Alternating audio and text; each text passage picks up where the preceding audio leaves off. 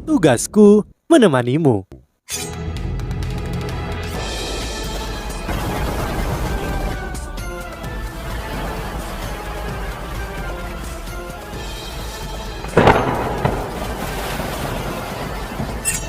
Hai sahabat Pasuk, kembali lagi bersama alur cerita versi novel Solen 2 Sekte Tang yang tak tertandingi. Jangan lupa like, subscribe, dan nyalakan tanda lonceng. Mari kita lanjutkan. Kamu benar-benar tidak kalah, Chue Chen. Apakah kamu tahu bahwa pelemahan dan kekacauanku sama sekali tidak berguna padamu? Tekad yang kamu miliki sekokoh mantra bencana untuk master jiwa tipe kontrol. Aku masih belum menyempurnakan perpaduan 3 teknik tertinggi permaisuri salju dan keturunan berdaulatku. Yu Hao tidak memiliki banyak teman di tempat ini, tetapi dia memutuskan untuk menemui seseorang kali ini. Dia bisa mencarinya tanpa terlalu khawatir. Apa? Kamu ingin bertemu kepala aula? Lin Jiayi menatap pemuda di depannya dan ekspresi keheranan melintas di matanya. Lebih dari 2 tahun studi, pertukaran hampir berakhir. Para siswa akan misrek patuh dan tertib, dan ada beberapa keajaiban di antara mereka. Namun, kesan pemuda di hadapannya adalah yang terkuat. Dia benar-benar pergi ke meditasi mendalam selama setengah tahun meskipun kultivasinya tidak membaik sedikit pun. Yu Hao mengangguk dan berkata, apakah itu baik-baik saja? Kami akan segera pergi. Aku ingin mengucapkan terima kasih kepada kepala aula sebelum aku pergi. Dan ada beberapa hal yang ingin aku diskusikan dengannya. Sangat sulit bagi siswa normal untuk bertemu kepala aula kebajikan termasyhur ke titik di mana itu hampir mustahil. Status apa yang dimiliki kepala aula? Dia memegang posisi di Kekaisaran Ryu, di mana dia berada di atas semua orang dan di bawah satu orang. Namun murid ini berbeda. Statusnya istimewa ke titik di mana Lin Jiayi tidak berani menolaknya tanpa alasan yang jelas. Baik, mohon tunggu sebentar. Aku akan mencari tahu apakah kepala aula punya waktu untuk bertemu denganmu. Baik, Yu Hao duduk di satu sisi menatap serius dan patuh. Lin Jiayi mengambil alat jiwa memproyeksikan suara internal dan menggunakan gelombang kekuatan jiwa khusus untuk mengirim pesan. Tidak butuh waktu lama sebelum suara Jing Hongchen terdengar. Yu Hao ingin menemuiku? Oke, bawa dia masuk. Jing Hongchen dengan cepat menerima permintaan Yu Hao.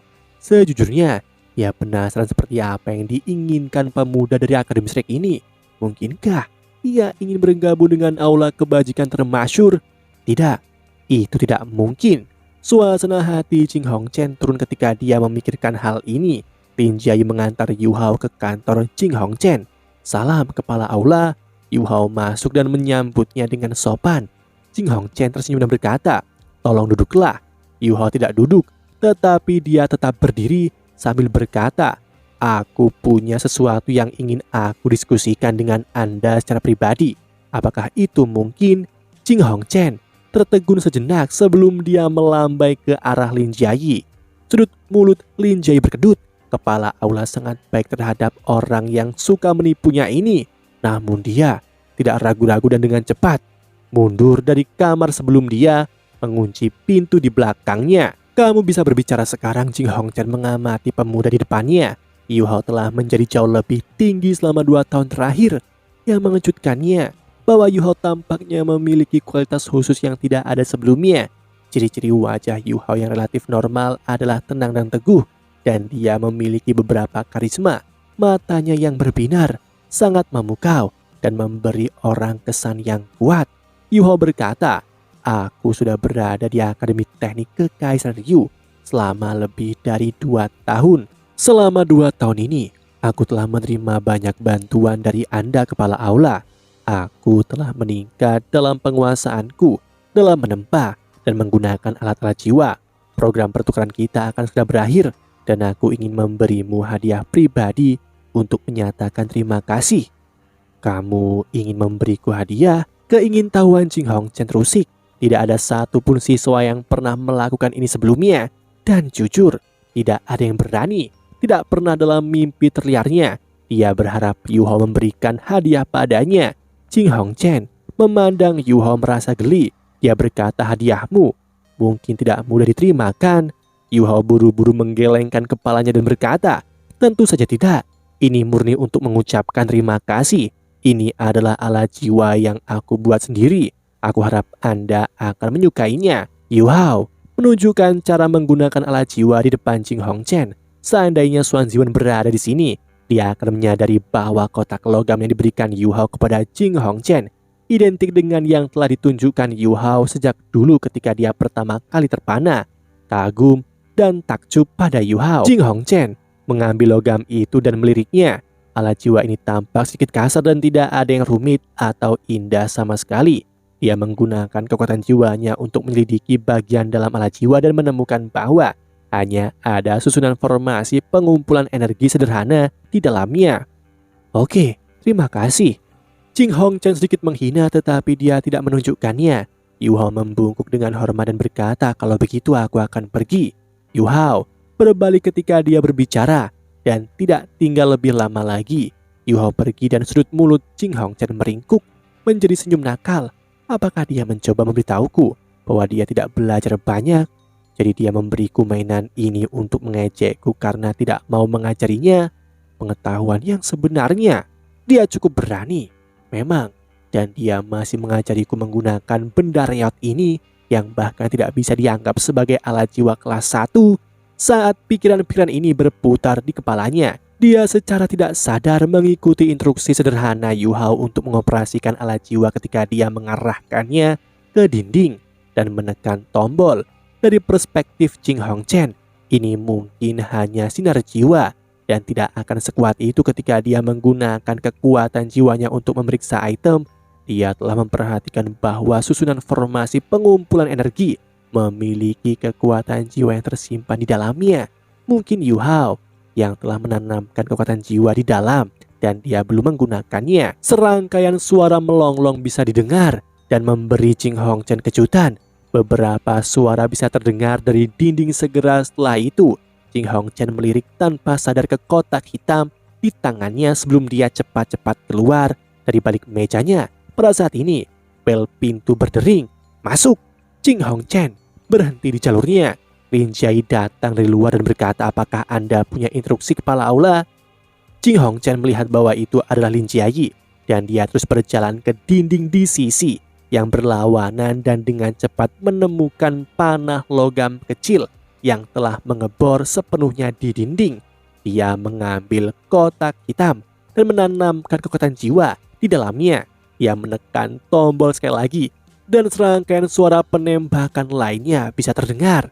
Bayangan melintas sebelum suara letupan yang sama bisa terdengar dari dinding. Ini... Mata Jing Hongchen dipenuhi dengan kebingungan. Dia tiba-tiba mengerti sesuatu dan segera berkata kepada Lin Jiayi, pergi temukan Yu Hao dan bawa dia kembali ke sini. Ya, Lin Jiayi tidak berani menyelidiki saat dia berbalik dan berlari untuk memanggil Yu Hao kembali. Bagaimana alat jiwa mengaktifkan susunan formasi? Bagaimana cara menembakkan panah? Ini bukan sinar jiwa. Itu lebih seperti model alat jiwa stasioner. Yang lebih menakutkan adalah alat jiwa ini tidak membutuhkan kekuatan jiwa untuk mengaktifkannya.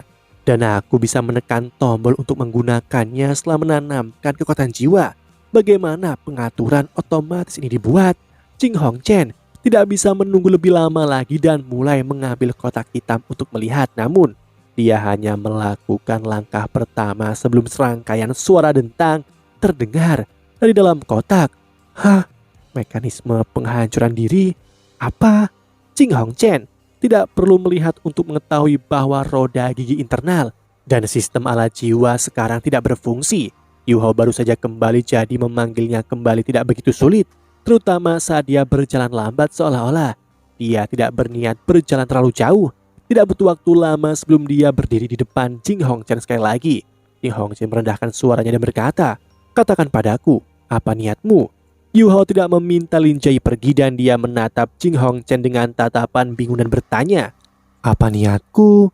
Jing Hongchen merasakan jantungnya berdetak kencang. Ini, dia mengguncangkan kotak hitam di tangannya. Yu Hao tertegun sejenak dan berkata, aku tidak punya motif sama sekali. Itu hanya souvenir untukmu.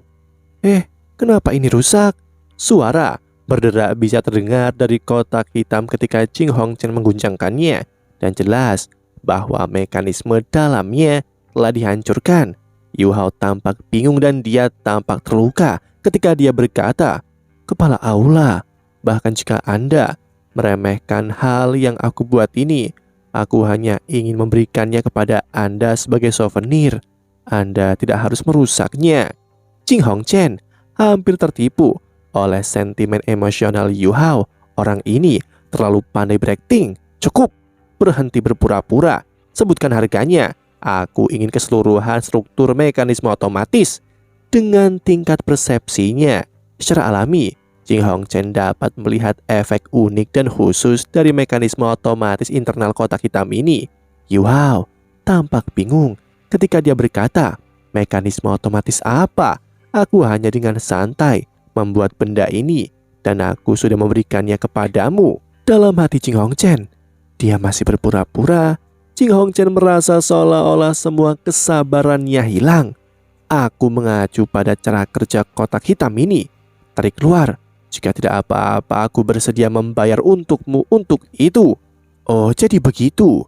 Yu Hao tampak seperti baru saja mendapatkan wahyu.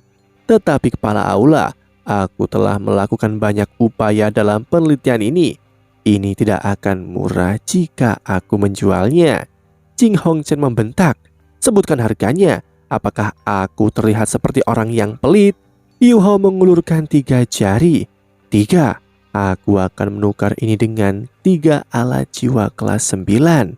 Nada suaranya santai dan alami, seolah-olah dia hanya dengan santai meminta 3 karung beras dari Jing Hongchen. Lin Jiayi hampir muntah darah. Apa? 3 alat jiwa kelas 9? Menurutnya, apa alat jiwa kelas 9 itu? Istri jiwa kelas 9 harus memasukkan begitu banyak darah dan keringat dan material juga. Apakah dia benar-benar ingin menukar kotak tua reot ini dengan 3 alat jiwa kelas 9? Daging di wajah Jing Hongchen membeku dan senyum tipis di wajahnya segera menghilang ke udara yang tipis. "Kau mencoba merampokku?" Yu Hao menggelengkan kepalanya dan berkata, "Tidak. Aku hanya merasa penelitianku sangat berharga dan berharga untuk dihargai itu. Lagi pula, kita masih bisa bernegosiasi harganya. Bukankah begitu?" Yu Hao mengangkat tangannya. Lalu dia berkata, "2. Aku akan melepasnya dengan 2 alat jiwa kelas 9. Bagaimana menurut Anda?" Jing Hongchen marah. "Tidak mungkin. Mekanisme otomatismu sangat berharga, tetapi bagaimana risetmu bisa dibandingkan dengan alat jiwa kelas 9? Yu Hao menjawab, "Bagaimana dengan peluru meriam jiwa kelas 9? Aku tidak pilih-pilih." Jing Hongchen tiba-tiba teringat bagaimana bajingan ini mencoba merenggutnya kembali selama kompetisi pertukaran. Jelas bahwa Yu Hao sengaja membawa alat jiwa ini untuk dilihatnya, dan dia akan menunggu harga tertinggi sebelum dia mau menjualnya. Yang benar adalah bahwa Jing Hongchen tidak begitu marah. Dia merasa sedikit beruntung sebenarnya. Setidaknya Yu Hao membiarkannya melihat alat jiwa ini dan dia tidak membawanya langsung ke Akademi Shriek. Dia belum melewatinya sama sekali. Mekanisme otomatis ini akan sangat efektif jika dipasangkan di alat jiwa stasioner. Selain itu, prinsip-prinsipnya dapat dikombinasikan dengan alat jiwa lainnya dan mungkin akan ada efek menakjubkan lainnya. Bentuk otomatisasi ini berarti bahwa warga normal dapat menggunakan alat jiwa. Dia juga telah mendengar dari Xuan Ziwen bahwa mereka kemungkinan akan mencapai terobosan dalam penelitian mereka dengan botol susu tersegel. Jika mekanisme otomatis ini dikombinasikan dengan alat jiwa dan botol susu tersegel, maka ia akan dapat mengumpulkan pasukan yang tidak hanya terdiri dari penguasa jiwa. Rakyat biasa dapat menggunakan alat-alat jiwa. Bukankah ini seperti mimpi? Bahkan jika masa depan ini mahal, itu tidak akan sia-sia. Jika pangeran dapat memiliki pasukan seperti itu, maka tidak akan ada persaingan untuk tahta. Singgasana akan secara praktis berada di sakunya dan statusnya sendiri di Kekaisaran Ryu akan naik. Dia akan meninggalkan bekas yang berat dalam sejarah yang akan diingat untuk selamanya. Jing Hongchen bersemangat ketika pikiran-pikiran ini mengalir di kepalanya dan dia memaksa emosinya turun. Dia mengerutkan kening dan berkata, "Yu Hao, penemuanmu memang mengesankan dan itu akan bermanfaat untuk pengembangan alat jiwa stasioner. Namun, kamu harus memahami bahwa ini adalah struktur yang relatif sederhana dan masih perlu penyempurnaan dan peningkatan terus-menerus. Kami adalah orang-orang yang harus melakukan hal-hal ini sendiri. Karena itu, meskipun aku bersedia menawar sedikit untuk ini, itu tidak keterlaluan. Sebutkan harga atau ketentuan yang dapat diterima semua orang. Jika tidak, tidak ada yang perlu dinegosiasikan." Yu Hao terdiam. Setelah 1 menit, dia tampak sedikit sedih ketika dia berkata, "Baiklah, karena Anda sangat tulus, kepala aula, maka aku akan memberitahumu garis bawahku." Yu Hao mengangkat tangan kirinya, lalu ketika berbicara, dia menahan jari telunjuk di tangan kanannya. Dia meninggalkan jari tengah. Jing Hongchen menatap jari tengah dengan melotot dan terdiam selama beberapa detik sebelum dia pulih. Jing Hongchen marah ketika dia berteriak, "Enyahlah!" Ekspresi Lin Jiayi sedikit hitam. Jika Jing Hongchen tidak ada di sini, dia mungkin akan melangkah maju untuk memberi Yu Hao pelajaran. Yu Hao tampak seperti tidak merasakan kemarahan sama sekali. Dia terkekeh dan berkata, "Bisnis seharusnya tidak merusak hubungan pribadi, jangan marah. Aku bahkan meninggalkan ini untuk Anda sebagai oleh-oleh. Dapatkah Anda melihat betapa murah hatinya aku? Anda baru saja menghancurkan hadiah tulusku dan Anda memarahiku. Aku telah memutuskan untuk menaikkan harga lagi ke 3 alat jiwa kelas 9.